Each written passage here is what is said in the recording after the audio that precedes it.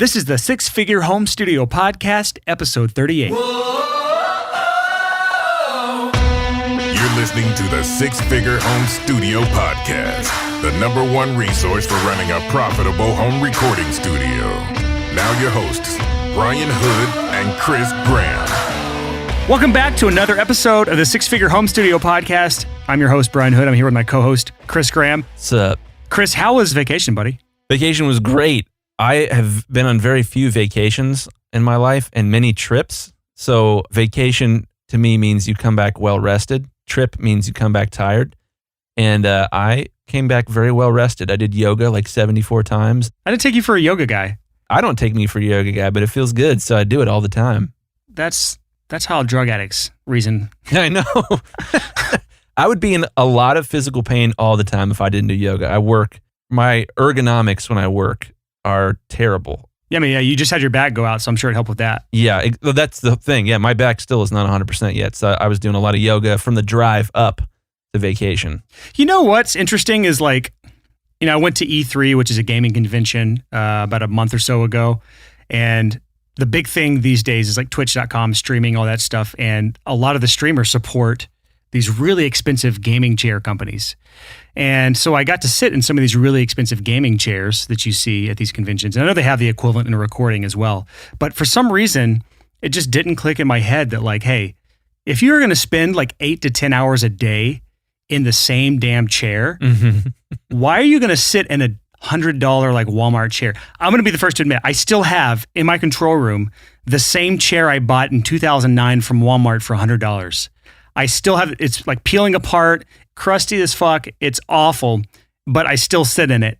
And I can't believe that I am too cheap to buy a new chair, even though it's so damn important. What kind of chair do you sit in? Because you're the one with back problems. My chair isn't terrible.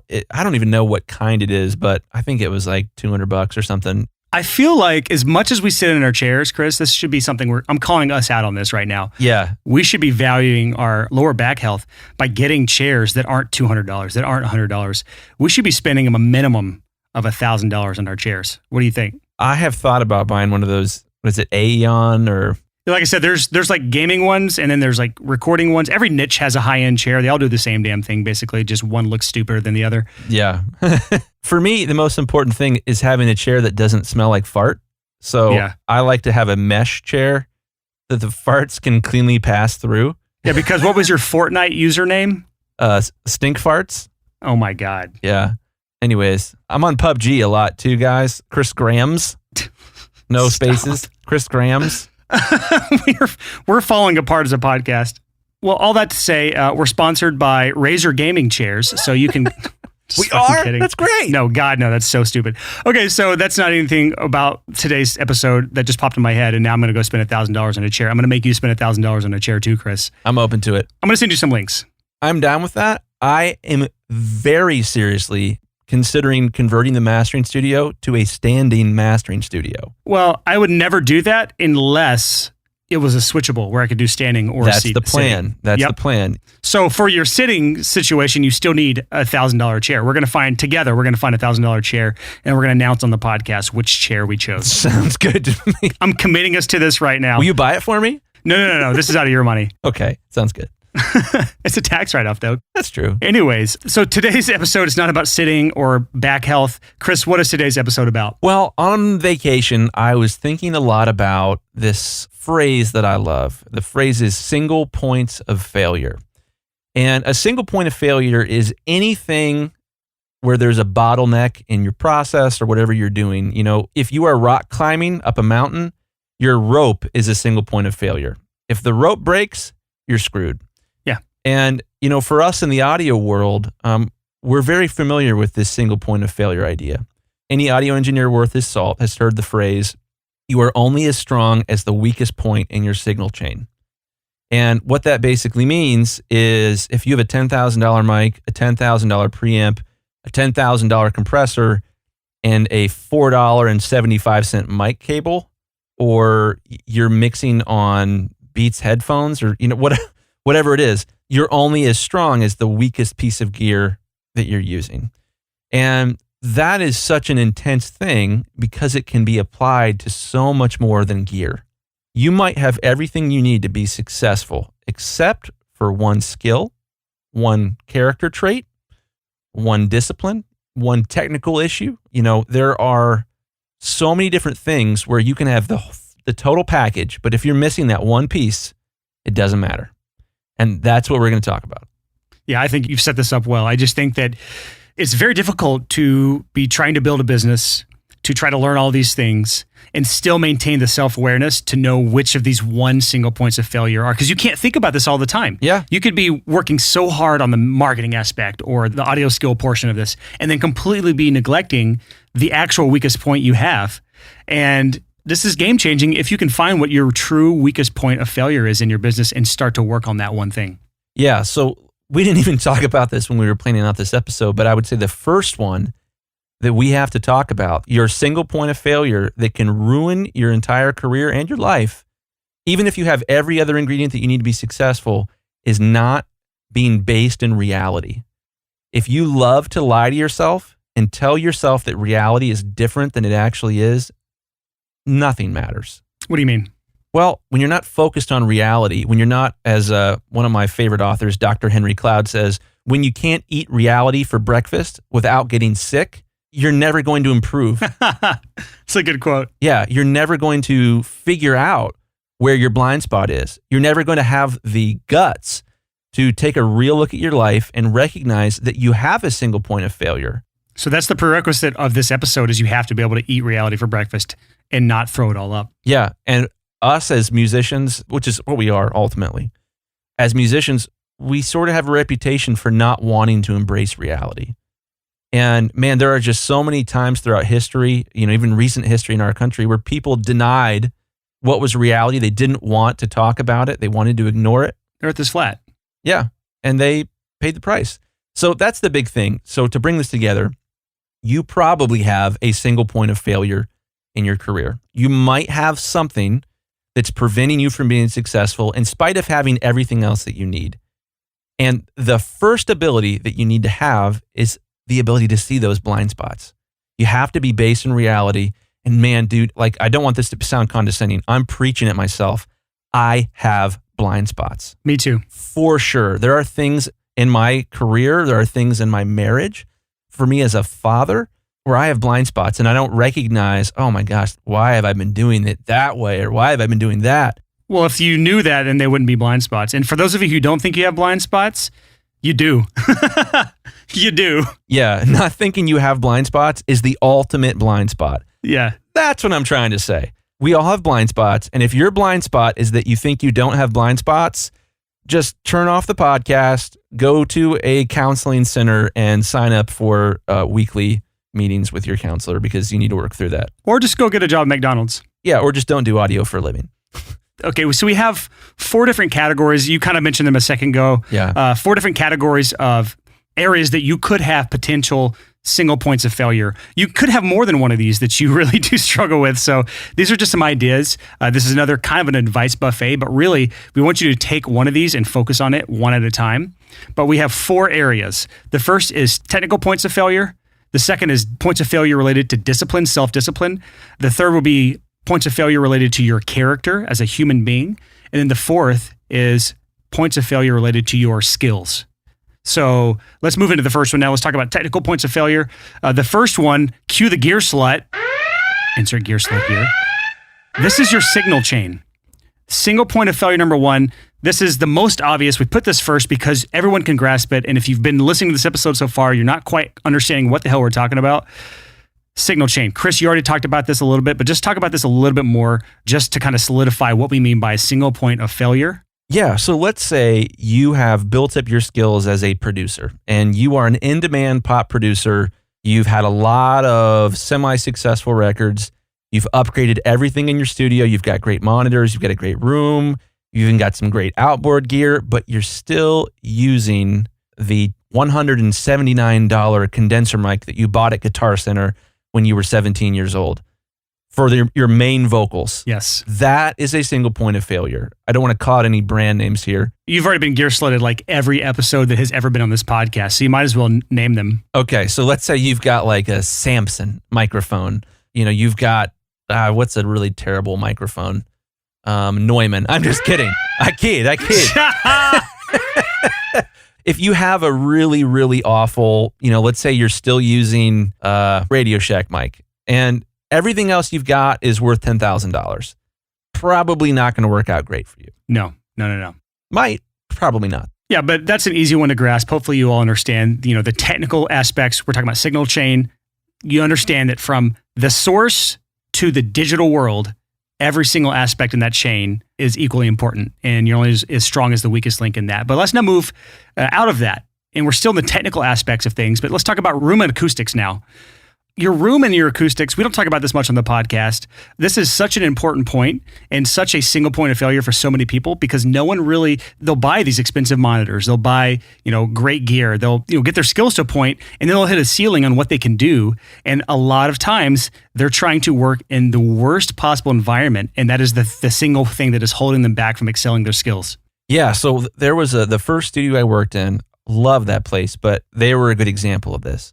They had, at the time, the Mackie HRA24s. Oh my gosh, Gearslet. But these Gearslet were alert. Great monitors in 2001. These were really, really popular, except one of them was in the corner of the control room and the other was in the middle of the control room. What? So the one on the right that was in the corner sounded weird because it was in a corner, so it was all bassy and strange. So that's a good example. It's not like gear or any of that stuff. That's not the secret to success. At least we don't believe it is.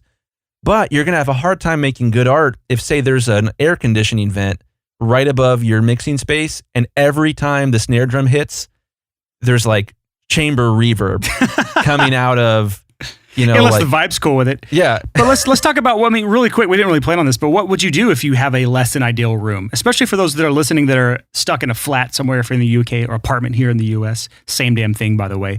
And you don't really have money to put towards, building out a nice room, or you don't want to waste money on a building you don't own. What is the solution to this room and acoustics single point of failure? I have a friend. I've mastered tons of projects for this guy and love this guy.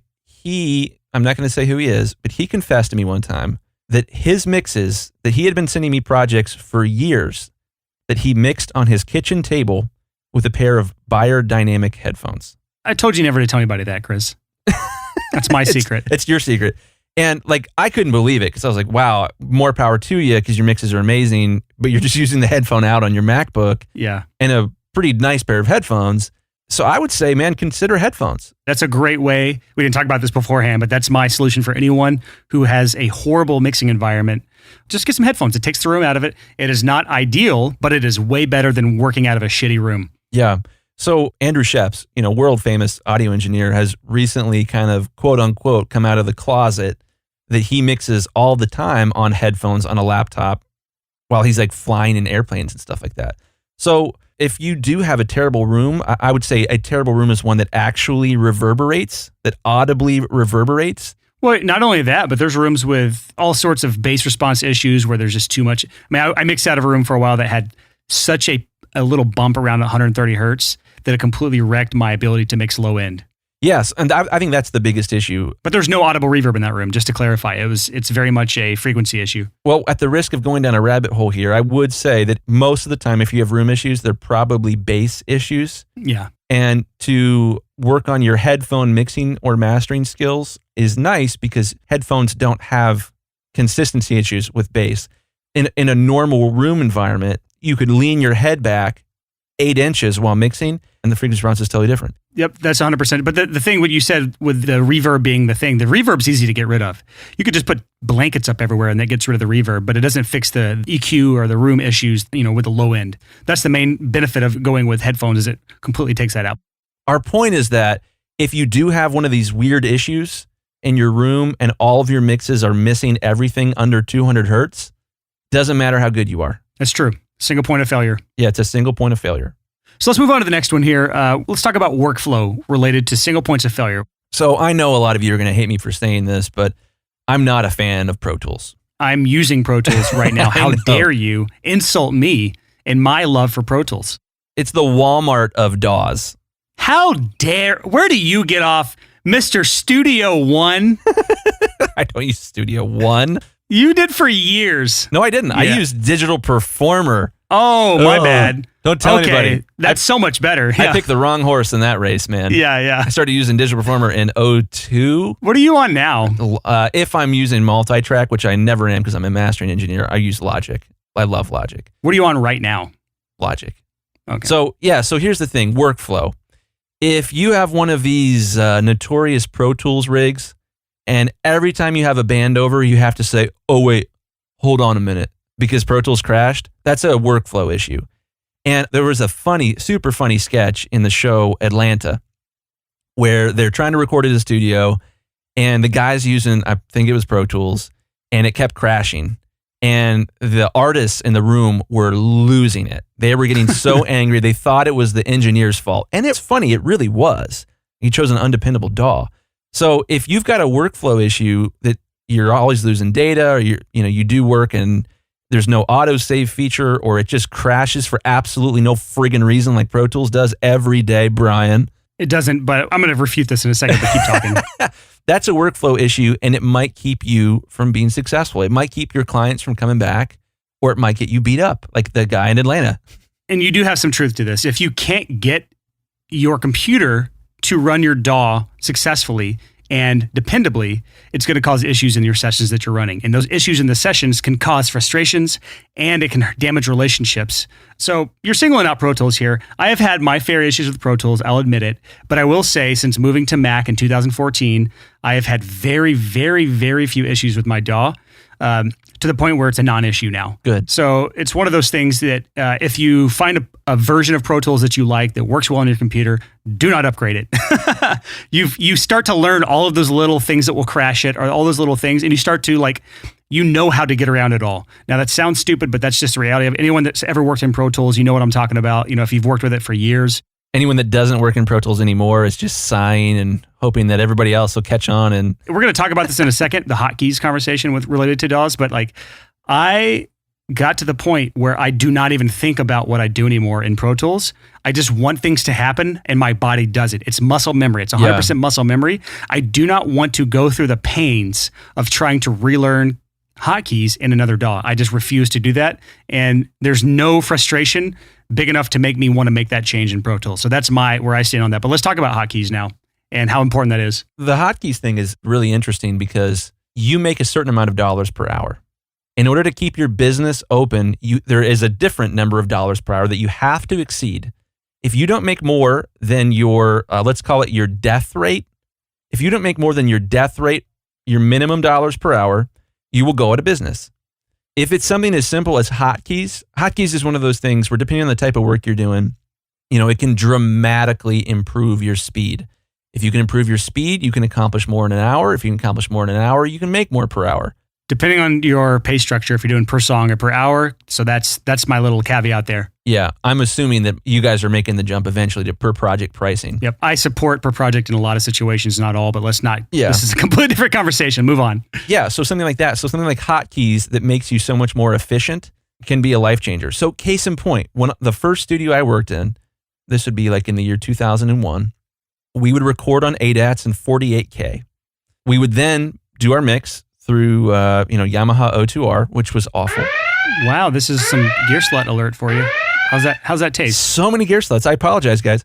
And then we would bounce down into a Macintosh computer, and then it would take about 40 minutes to convert the 48K audio file to a 44.1. That was a single point of failure. So I was ridiculously inefficient. I made below the death rate because I had this one issue that slowed me down. And that is a really extreme example.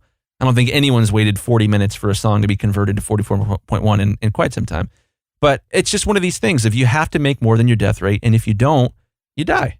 That's it. Yep. So when we talk about workflow in general, both of these conversations are around speeding up your day-to-day and keeping you from hitting those roadblocks that either piss off your clients or that bring your dollars per hour down to the point where you can't sustain yourself as a business owner. Yeah, and it might have been one of these things where if you'd been a little faster, you'd made a little bit more money, you would have survived long enough where you finally hit your stride and you finally had a good number of clients that were supporting you. So, yeah. Yep. So let's move on to the last area of our technical single points of failure, and that is your website. We talked about websites plenty in the past. There's more than enough content on our podcast history that covers this website conversation in detail. But many, many, many of your businesses will depend on your website to bring in leads, to bring in work, or to at least solidify you as a legitimate producer. And so not every business, I know every one of you could probably point at somebody who doesn't have a website and does this full time. They are the exception to the rule.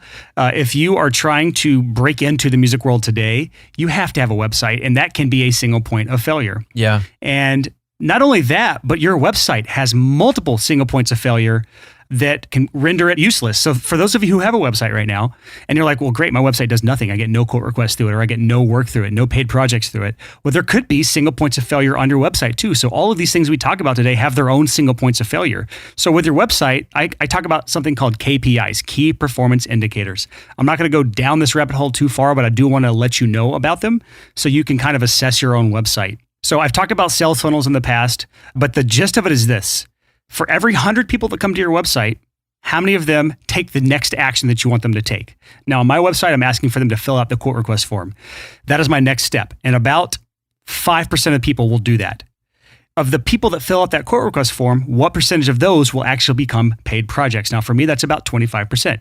So for every 100 people that come to my website, I will get about one paid project on average. Now, everyone's site's going to be different. Everyone's next step they're asking for the people to take on their website will be different. In Chris's example, he asks for a test master. He's asking to do a test master for the artist. So all the numbers are going to look different. But at the end of the day, what you need to understand is that if you double any of the numbers as far as the conversion rates, so if for every 100 people that come to my site, if I double that from 5 to 10, well, I've just doubled my income for the month. Yep. Because I've doubled my conversion rate. Or for every, let's just say 100 people that fill out my quote request form, I convert 25% of those. Well, if I double that to 50%, I've just doubled my income. So that's just some small thing. I've breezed over this. There's so much more on this one conversation that we may need to have an episode about. It's so hard to follow this without visual stuff to go with it. But the gist of it is this. There are single points of failure on your website. And if your website is not working, there could be one or more of those issues that you're having. Exactly. So one of the first issues your website could have, and I'm just going to touch on this and we're going to move on to the next section here, is photography. This is something we see a lot where someone says, hey, check out my website for my recording studio. And they've got weird stuff like close-ups of their like mouse that they spent like $20 on. Yeah. Even an artistic shot of their microphone. You know, like the close-up that's like 1/3 of the microphone with a blurry background, and it's like this cool photography. But you're like, what the fuck does this tell me? What does this tell me as a customer? Why do I care about the close-up of your $400 microphone? That's a great point. I wasn't sure where you're going with there. Yeah, if it's a super, don't show off that you have cheap gear. Yeah, not only that, even if it's expensive gear, don't show your gear up. No one gives a shit about your gear. I'm sorry, I'm going to go on a soapbox here. Do it. Before you put any photography up on your website, look at it from your client's perspective. It should show clean, comfortable spaces. It should show gear for them to use. They don't care about your gear as far as your compressors and microphones. They care about the gear they have access to in the studio. There's a lot different photography when you're thinking about it from their point of view than your point of view, unless your client base is other producers. If you have a studio space and you're trying to rent it out to other producers, then you can have all the gear shit you want. But that's just one quick mindset shift you need to have before you're putting any photography up on your website. I'm standing up. I'm leaning over into the microphone. You're literally standing up right now. That was so good. That was so good. Oh my gosh. Yes. Amen to that. So yeah, I'm not going to repeat anything you said. If you need a refresher, just rewind the podcast and listen to what Brian just said again. Yeah. So that's it for technical single points of failure. There's so many more than this, but we can only touch on so many in a, hopefully 1 hour or less podcast episode. But let's move on to the second of the single points of failure, the categories we talked about, and that is self-discipline or discipline in general. Big one. This is one that will absolutely wreck you. Some of these things like workflow, they'll slow you down, but you can still limp along. But without discipline, some of the things we're going to talk about today, you're fucked. You're fucked. There's no other way to say it. I don't use the F word that much, maybe once every few episodes, but I'll use it a third time here. You're fucked if you don't get this part down. So Chris, let's talk about the discipline discussion here. Yeah. Well, the first thing here is the discipline to educate yourself. And that's really the point of this whole podcast. That's the thing Brian and I are the most passionate about, this dedication to improving oneself. Yeah, and I think that most listeners are doing that because they're listening to a self-improvement podcast. So yeah. That's probably not a single point of failure for most people, although it could be. It could be. I would actually put in this, not just education, but irrelevant education? Yes, I was thinking that. So here's the story of Chris Graham as far as like my first year of marriage. I got married, it's 12 years ago, and I'm running a production business out of the basement of our home. It's a very nice basement. We were very lucky to have the house that we did. And I would come up from work, me and my wife would hang out, and we would pop, believe it or not, we would pop in a DVD from Blockbuster. R.I.P. I would sit on my laptop and I would study like schematics for like amplifiers and stuff. I'm trying to improve myself while I'm kind of having like special date time with my wife. That's stupid. That's stupid. That was so stupid. I was focusing on the wrong education, and it was the reason I was unsuccessful for a long time. For those who don't understand why that would be considered irrelevant education, explain it to them, please. Well, if you are using the best part of your mind, the best energy that you have, and the most valuable time in your day to learn stuff that doesn't move the needle, you know, like I was obsessed with like, I want to figure out which capacitors in a 1965 Fender Princeton Reverb really affect the tone. Oh my God, that might be the longest gear sled alert that we've ever had. It's still going. It's still going. It's still going. So like I would focus on these things when I was like, you know what would have really helped you grow your business, Chris? Marketing, sales, people skills, being nice to your clients, these types of things. Yeah, and they didn't have this episode for you to listen to back then. They didn't. So I'm going to build a time machine and send it back in time to Chris Graham. But the big thing here is that the most important part of self-improvement is finding your lowest hanging fruit, is figuring out what's the most important thing that I need to fix today. And if you're bad at education, meaning that you do self-educate, but you self-educate on stupid stuff and you waste your time, that's like the saddest thing in the world. Because man, if you had just read How to Win Friends and Influence People instead of Harry Potter. Or a better example would be reading How to Win Friends and Influence People instead of taking another music production course, or instead of reading another blog article, watching another YouTube video about, you know, that compressor that you really want to use, and you're looking up 30 reviews for it to see if you need to spend that $40 for the no, you're wasting, I'm not going to get into the soapbox, but you're wasting more time researching a plugin that doesn't matter than you are educating yourself on a point that really does matter in your life. And I really think that's kind of the gist of this entire episode is focusing on the education that matters and getting rid of the shit that doesn't matter. And so when we talk about discipline, if you do not have the discipline to do that, that is in and of itself a single point of failure in your business and potentially life. Bingo. The next thing under the discipline category here is an absolute single point of failure. If you do not do this well, you will not be successful. End of story. It's the discipline to rest well. Yeah. The kind of the classic cliche that you run into with people that are like 19, 20, 21 years old is they got mad FOMO, fear of missing out. They don't take a day off. It is always cranked up to 11 the whole time. Yeah, the Gary Vee hustle mentality. Yeah, they're just absolutely obsessed with the next thing. And it might not be work related. It might be completely like, I want to go out one more time, or I need to, watch a movie with my friends, even though I only slept for 4 hours last night. Not because I was busy with like work or school or something, but because I didn't say no to anything.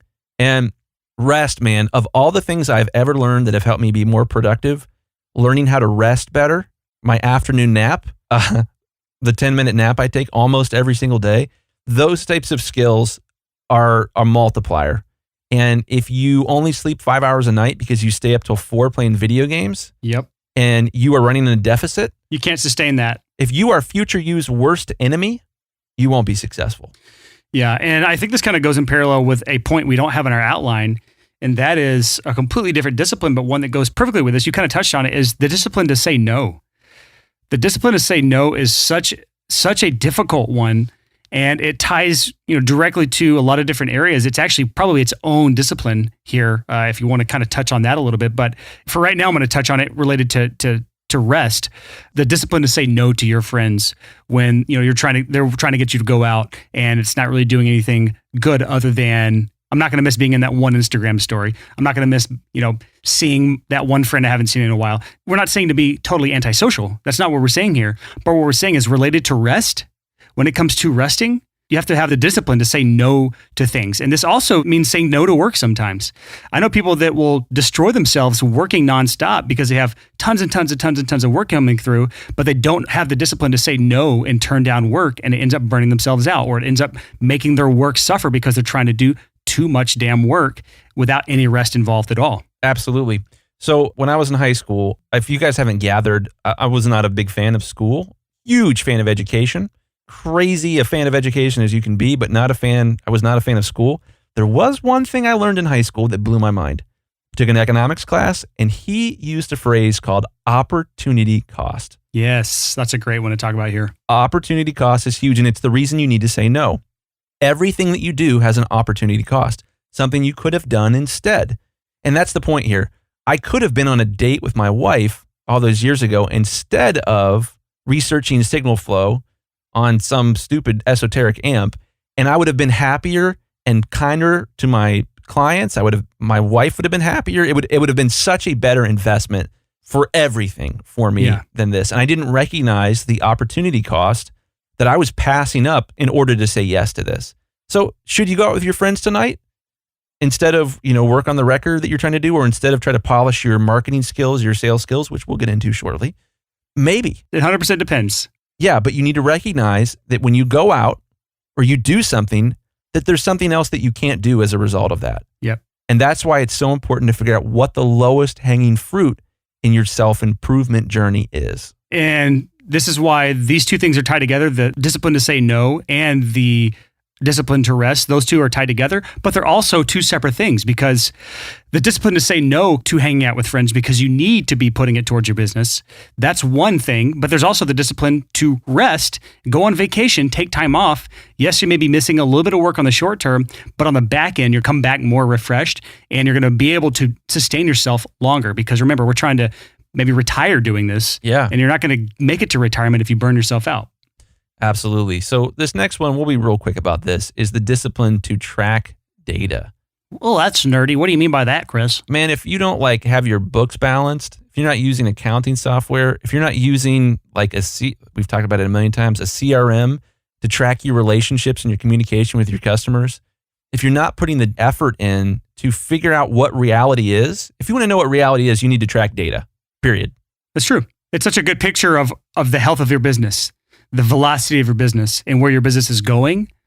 And if you fail to do this, you're going to be basically trying to fly in the dark. It's not going to go well. Exactly. So cool. Let's move on. So the final thing in disciplines here is related to vices. What do we mean by that, Chris? Vices are things that the devil made you do. They're things that aren't good for you that you enjoy doing.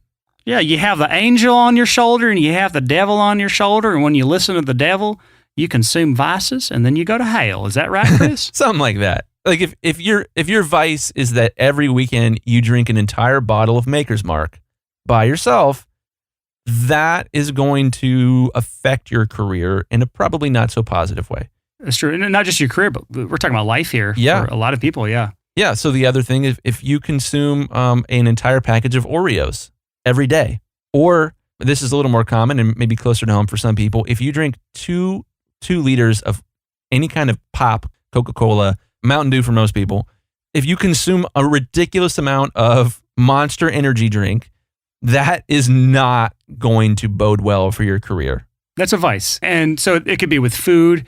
It could be with, high sugary things. It could be with drugs and alcohol. There's a number of things that this relates to, but the discipline to either keep these things in moderation, depending on what these things are, or completely eliminating and avoiding them in your life. Hands down, a vice can definitely be a single point of failure in anyone's career or life. Yeah, you might be in a situation. I'm sure there's probably, there's a lot of people listening to the podcast now. There's probably at least one person listening who your choice might be between being successful or messing around with your vice. That might be, Oreos or success. That might be liquor or success.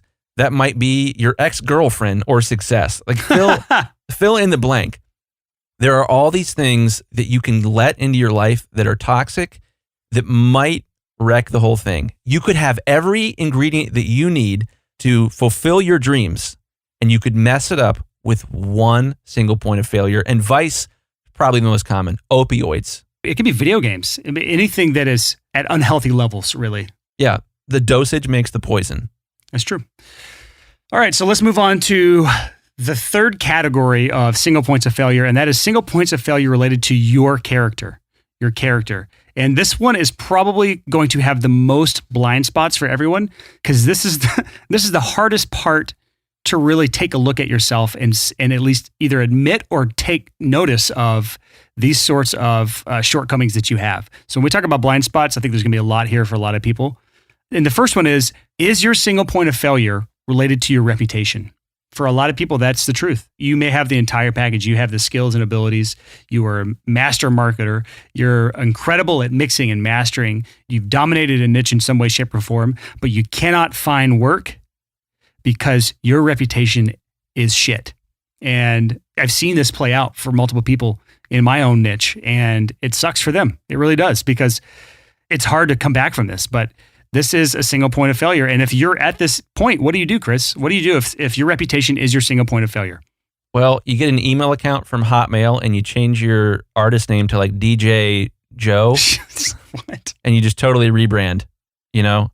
That's the problem with reputation. As soon as you have a reputation as a liar, people will always consider, well, he seems to be doing a lot better. He doesn't seem like he's a liar anymore, but how can I trust him that he's not a liar anymore? Yep. So I've heard the phrase, it takes an entire lifetime to build your reputation. It takes one bad decision to ruin your reputation.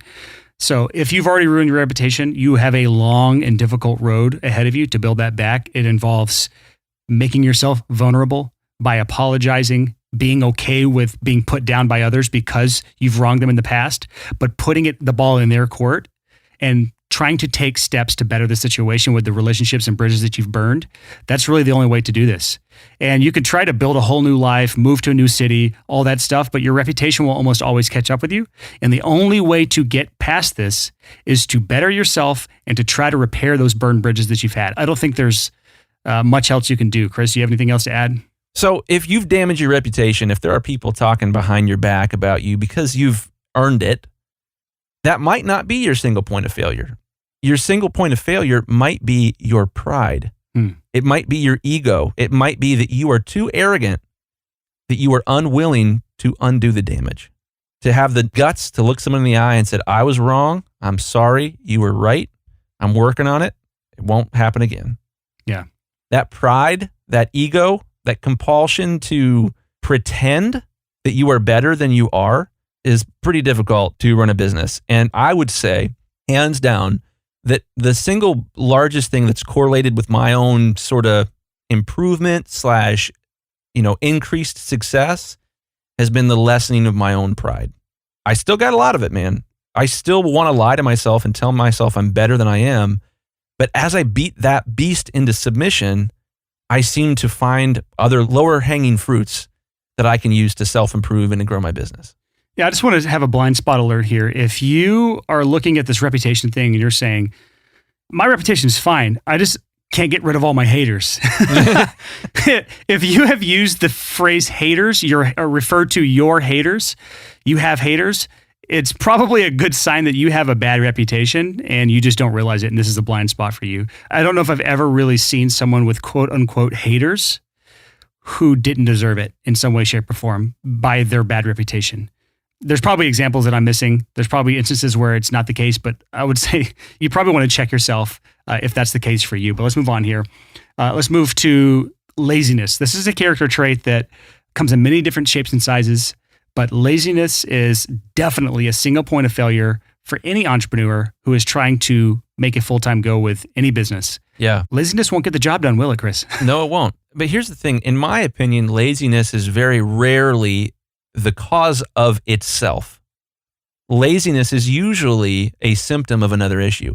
That's true, actually. I agree with that. It might be terrible nutritional and dietary decisions.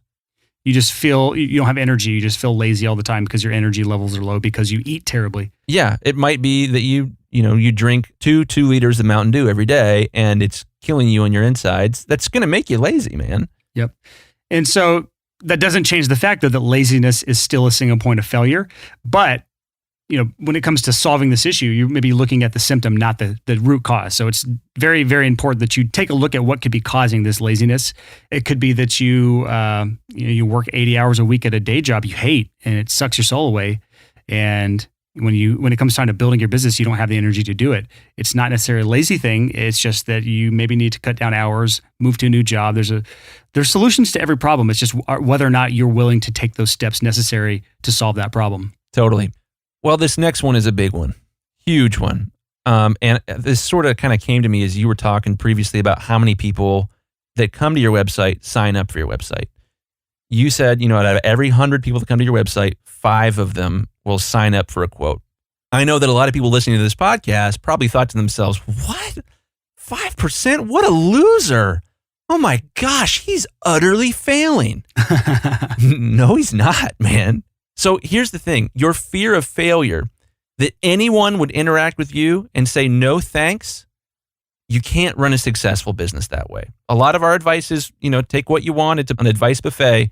But man, the fear of failure thing, if you're not okay with someone saying no thanks to you, you have absolutely no chance to be successful at this or any other career.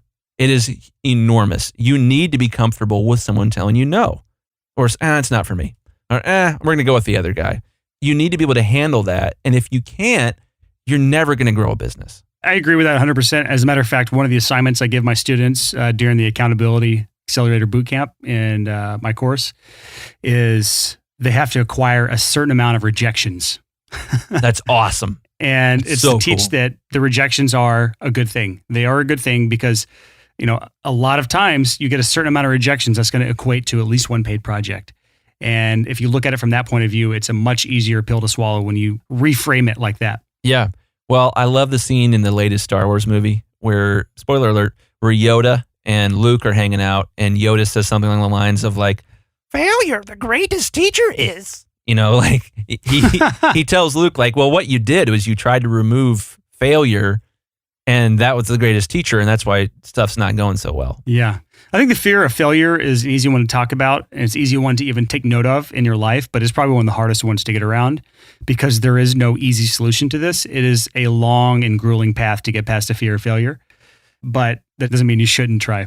Yeah, so one of the things you could do, just an idea here, is fear of failure locally is much different than fear of failure globally. What does that mean? Well, to get rejected by 5 bands from your city is pretty intense. To get rejected by 5 bands that don't live in your city is a little different. It's a little easier to take. And so I would say if you are primarily local, and I think most of us are, that trying to get out of that comfort zone, go with one city over where no one knows you and try to win a client that way. It's a very, very different experience, and it's a very, very different psychological experience when you are selling to a stranger than when you are selling to someone that knows all these people that know you, and that word's going to get around that I was going to hire Bob, but I decided not to because I think Bob sucks. Like that's intense. So just recognize that your fear of failure might just be a local issue. And if you get out of your comfort zone, if you go take a trip to another city or, move or whatever, that fear of failure is going to manifest itself a little differently. Yep. So let's move on to our next point in single points of failure related to your character. And that is your personality. Do you have an abrasive personality? Because this is one that I see a lot in the producer world. The most common type of personality is the extremely abrasive, my way or the highway type personality. And I know this because that's the way I was. That's the way Chris was. That's the way a lot of people I know are. And while it can be done in a funny way, it can be done in a way that isn't really that abrasive. There is a slippery slope there. And I think that if you are an asshole to your clients, you're going to struggle. It's going to be a single point of failure. And you can lose a lot of clients that way. There's a much better way to approach this than that I'm a funny asshole type attitude that producers tend to have. I'm preaching to myself from 4 years ago or 5 years ago when I was producing bands and I was the asshole and I was the one always cracking jokes at them, trying to keep it lighthearted, but at the same time, there was a lot of truth behind the things I said. And I was an asshole, and that was the truth of it. And, some bands came back to me because they could hang with that, and it was fine. But a lot of clients did not come back to me, and I think a lot of it was because of my abrasive personality. So this is definitely a single point of failure for many, many, many of you out there. Anything you want to add to this, Chris? Yeah, when I think about people that I know that are successful, almost all of them, sort of my initial reaction is, man, I love that guy. He's awesome. I can't think of very many people that I would say, wow, so successful, but such an asshole. There's a couple. There are a couple. And this sort of being able to love people well, to treat them the way you want to be treated, goes an awful long way. You can be pretty bad at your job in audio, but have great people skills and be pretty successful. So one other piece to this. Abrasiveness just doesn't mean in the studio with clients. If all you do is post about the political party that you hate and how everybody that voted for them is an idiot. Yeah. Oh my God. I've blocked so many people because of that sort of stance. Now, I'm not going to talk about my political views here, but whether I support or oppose whatever someone says, if they say this type of thing, I believe this, and if you don't believe this, you're an asshole and you should unfollow me. Even if I believe that, I'm going to unfollow you because you're a dick. You're an abrasive dick. And I've seen some, not a lot, but I've seen some producers. This is not just political stuff, but just in general, they have an abrasive attitude, just an extremist personality on social media. And, that's just kind of where social media is right now, but don't fall into that trap. Yeah. Don't fall into the I need to share my opinion with everyone in the world trap, because that really doesn't do much of anything. You're not going to change someone's mind. You're not going to win any clients that way. That's for damn sure. Yeah. All you're going to do is make yourself look like a jackass. Well, and this is probably the one that's the most buffet-y of our options here. You could still be successful and be a negative jerk on social media, but you might not be able to have both.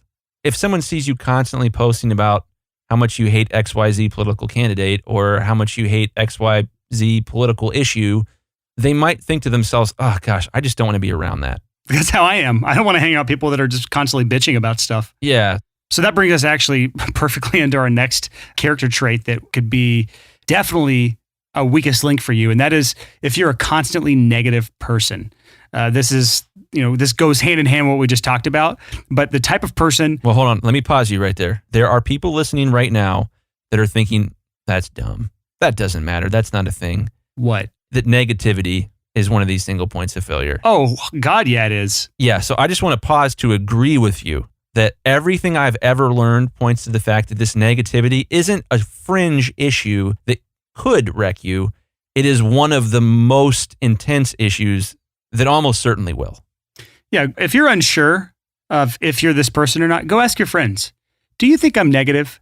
I have been told myself, I used to be so negative, and I would be called out by my friends because I have good friends that will call me out on this kind of bullshit. It's great to have friends like that. They didn't call out in a mean way or in a negative way. It was in a way that's like, hey, I would love to see you not bitch so much.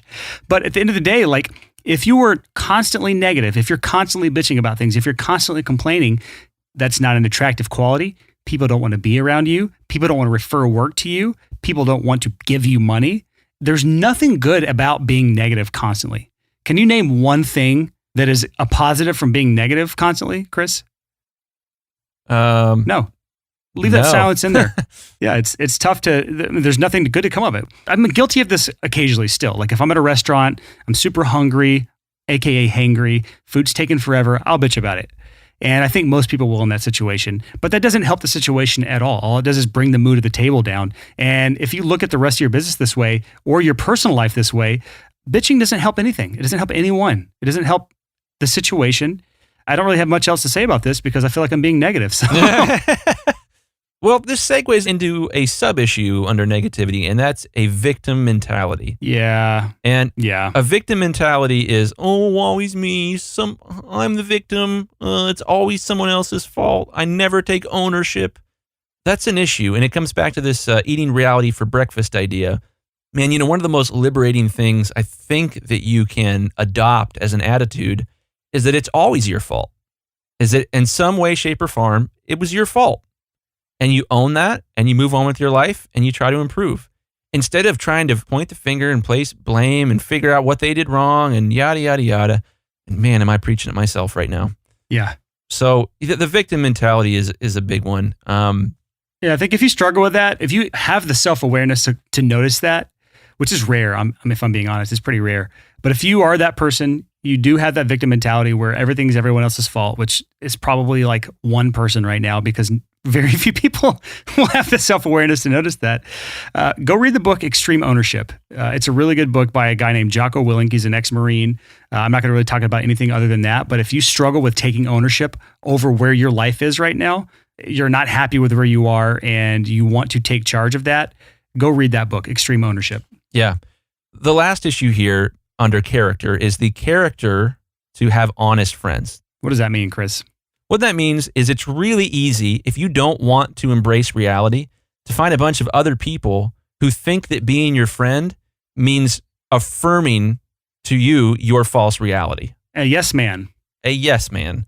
If you surround your people with yes men and they never ever tell you the truth, they never ever disagree with you, there's never any confrontation, that's a character flaw for you. Yeah. I mean, was it the king with the invisible suit or whatever the hell? Exactly. He prances around naked because all his court tells him his suit looks wonderful. Yeah. And the reality is he's wearing no clothes. Yeah. You need people in your life. And a lot of times these are older people to tell you when you're being an idiot. Yeah. And man, I don't know what I would look like if I didn't have friends like that, especially through the key, formative years of my life, from say 17 to 23 years old. I had older people in my life that would tell me, Chris, you're being a moron. Why are you doing that? You're being an asshole. Stop it. And having the courage to have people that will tell you the truth, that will give you the tough love. If you don't have people like that in your life, that's a weak link for sure. It's a weak link. And if you don't have people like that in your life, it's probably because you've run from them. Ooh, because it is hard to get that reality check from a friend. It's super easy to write them off as a hater. Yep. Instead of saying, holy shit, he's probably right. I am a complainer. I got no patience for people without the guts to have honest friends, Yeah. What do you do if you don't have honest friends? You got to dump your friends. You all know people. Everybody knows people that are honest. And I think just hanging out with them, and honest people love to be friends with people who want them to be honest. So yeah, it's not hard. It's not hard to find honest people. There's the phrase, you're the average of your 5 closest friends. If your 5 closest friends refuse to have any sort of real talk with you or help you improve, it's going to be a downward spiral. So let's move on out of the character stuff. That is a little more self-helpy and deep shit than most of our podcasts usually is. But the reality of it, though, is the character aspects, some of these character traits we talked about, these can be some of the weakest links, and they can also be some of the biggest blind spots for the average person. So I still think it's worth talking about, which is why we took so long. But let's move on to a really tangible one, probably more practical one for our final section here, and that is weak points related to your skills. Now, these are easy to grasp.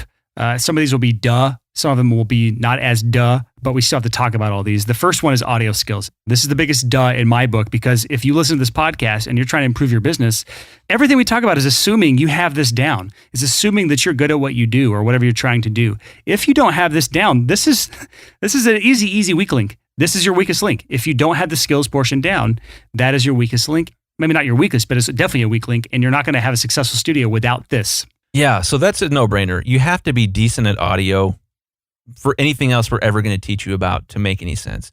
And I've told this story before on the podcast. I'll tell it real quickly one more time. There's a hilarious story about a CEO of a dog food company. And he hired the best marketers in the entire world, and dog food sales didn't go up. So he fired them, hired more great marketers, some of the best in the world. Sales didn't go up.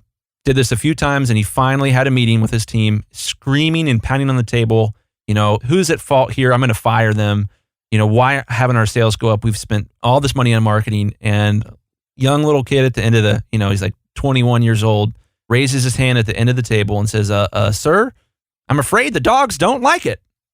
And it didn't matter that they did all this marketing, that they had all these other skills. The single point of failure was that it was bad dog food. Yeah. Yep. The product was bad. So if your audio skills are bad, your product is bad. End of story. It's going to be a very long and difficult road for you, but that's beyond the scope of this podcast. There are plenty of resources out there related to learning and improving your audio skills, but it's worth mentioning that if you don't have this part down, that is a single point of failure that you have to get sorted out ASAP. Yep. But the next single point of failure, and one that is not as obvious, one that we will cover more of, and we have covered more of, and one that's more up our alley, is the single point of failure related to marketing skills. We've talked about this idea a lot in the past. If you build it, they will come. It's a lie. All you need to do is build your studio and word will get out, and all you need to do is be passionate about your craft and they will come. Not true.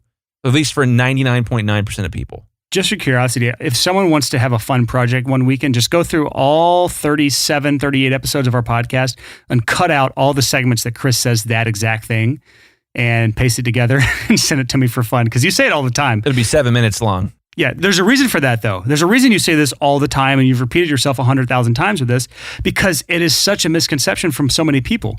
And if you build it, they will not come. And if you don't understand how to market yourself as a studio, as a good studio, you'll struggle constantly. So this is a chain that is probably the weakest link in most amateur studios that are trying to become successful. They don't understand the marketing aspect of things, specifically related to lead generation. I think that's the biggest area that people struggle is generating leads. What is lead generation, Chris? Just to kind of define a term. Well, lead generation is finding people who might hire you. And I think a good way to look at this is I'm a guitar player. I've been a guitar player for, 25 years or so. If I want to play the guitar, I need my left hand and my right hand. I could play a little bit of guitar with just my right hand. I could play that one Metallica song. Yep. Or I could play, there's an AC/DC song you can play with just your left hand. Yeah, we all know that song. Yeah. So if you really want to play the guitar well, you need both hands. And audio skills and marketing skills are your right and left hand when you're running a business like this. Ooh, this is a news story from Chris and one I haven't heard and one that makes so much sense in my brain. I love that. It's a good analogy. If you have a great left hand, if you can do pull-offs and bends and all the million things you can do with your left hand, if you don't have a solid right hand, if you can't keep a beat, if you can't flat pick, if you can't play finger style, whatever it happens to be, if you can't palm mute, if you can't do these right hand things, doesn't matter. You're severely limited in what you can do with your left hand without a right hand. And I also want to keep playing on this guitar analogy and just say that every style of guitar is different. If you're playing country music, you probably don't need to know how to sweep pick. There's probably certain things that don't cross over. So depending on what genre you're in, or depending on what your business model is, you may not need some things in marketing that other studios might need. It may not make sense to do paid advertising. It may make sense to do certain other things. It may not make sense to do cold outreach, but in some businesses it might. So we're not trying to do a catch-all prescription here, but we are talking about developing the skills that come natural to you and that will push your business and your genre and your niche forward in a way that is effective for you and not just something you saw someone else do. Totally. So yeah, the marketing thing, we're not going to go super deep into it because we've talked about it a lot on the podcast, but yeah, it's another thing. It goes hand in hand with sales. Yes, absolutely, 100%. Because you can generate all the leads in the world that you want. You can have a list of 1,000 people that might hire you one day, but if no one hires you, then it's worthless, right? So sales is a very important piece of the puzzle, I think. Yeah. So, and the last kind of piece here is social skills. You need to see your social skills as a skill. It's pretty much the most important skill you can have. It trumps marketing, it trumps sales, it trumps audio. Yeah, because this is a relationship business. And if you don't have the social skills to maintain those relationships, you're going to constantly struggle. And one of the things that I've talked about is it doesn't matter whether you're extroverted or introverted. I'm actually probably a little more introverted than extroverted, but that doesn't mean I don't have social skills. That doesn't mean you can't improve social skills even if you're introverted. Whether you're introverted or extroverted, that just means if you gain energy from large groups of people or if you get energy sucked out of you. I tend to get energy sucked out of me from large groups of people or from being around people. I need time to recharge, but that has nothing to do with my social skills. So don't let your introvertedness confuse you related to the term social skills. This is a skill that can be learned, it can be improved, it can be honed. And if you lack this, really, this is almost as important as the audio skills portion. It's like if you were to put this in a hierarchy, I'd put audio skills and then I'd put social skills. Like those two are so important for any small business, especially when relationships are so important in this world. Well, and here's the thing. Marketing is a social skill. Sales is a social skill. Great customer service is a social skill. And it basically breaks down to one thing, the golden rule. Do unto others as you would have others do unto you. If you can't get outside of your own head and imagine what it would be like to interact with you in a recording studio, then you can't treat people the way that you would want to be treated. And if you can't do that, everything else is a moot point or a mute point. Oh, wah, wah, wah. So I think this is a good place to wrap this up. Let's kind of recap here because we talked about a lot of stuff today. And I think giving everyone kind of a quick overview and maybe a checklist of sorts of what is your single point of failure? What's the lowest hanging fruit on this list of things in these 4 categories? So first, we have technical. Is your literal signal chain the single point of failure? Is it your room and your acoustics? Is it maybe your workflow with your DAW or with your hotkeys? Is it your website? Maybe your website's ineffective and you need to work on it so it is actually generating leads for you. Or when we move on to discipline, the single points of failure related to discipline, is it the discipline to self-educate? Is that your single biggest point of failure? Or maybe it's the discipline to rest, or the discipline to say no to things you need to say no to. Because remember the opportunity cost involved with when you say yes to something, you're saying no to something else every single time. Or maybe it's tracking data is the single biggest point of failure. This, for a lot of you, this will probably be one because you're not tracking any data at all. And then when you have that one shitty month that comes up out of nowhere and surprises you, that won't happen if you track data properly, you track your numbers properly. You can start to predict things and you stop letting sales fall through the crack. And then finally, through discipline, it's the discipline of vices, the discipline really to stay away from vices that are detrimental to your life and your business. Third section here is character, single points of failure related to your character, your personal character. So that would be, maybe it's reputation. Maybe your reputation is holding you back and nothing else in this list matters until you get your reputation sorted.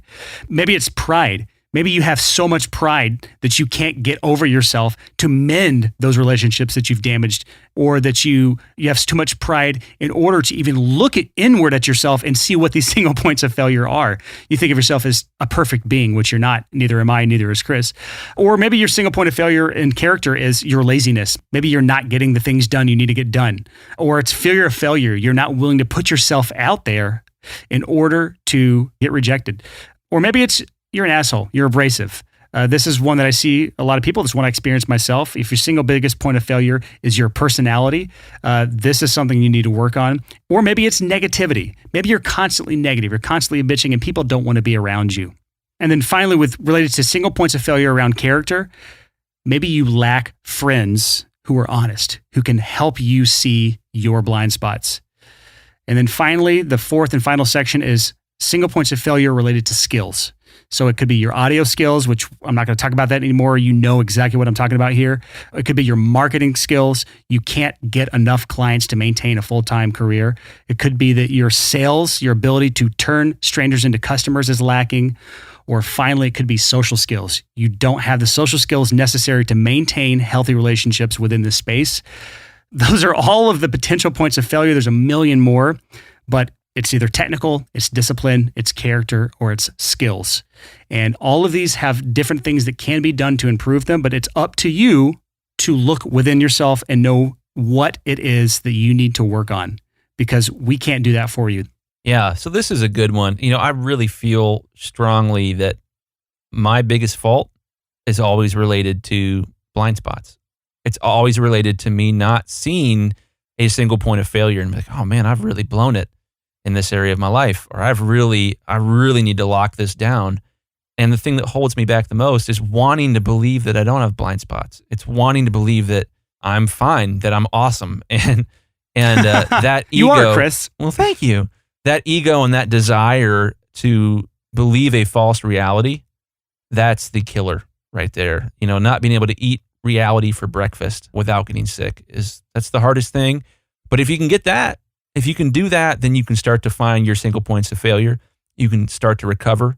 You can start to improve. And it, you know, like we said earlier, it might be one of these things where you can have success or you can have one of these issues. You might not be able to have both. So that is it for this episode of the Six Figure Home Studio Podcast. Hopefully you liked that episode. Just so you know, there's a resource that's been on the site for forever. It's been on our resources section for forever, and it will continue to be there. But I want you to know that this exists just in case you listen to the podcast and you don't ever go to the website. This is actually a dedicated link at the top of the navigation bar, and it's our assessment. It's the Six Figure Home Studio Assessment. And what this does is help you spot that single point of failure. Now, this doesn't go perfectly in line with the things we talked about today, but there is a hierarchy of things that I talk about. It's called the Home Studio Hierarchy of Needs.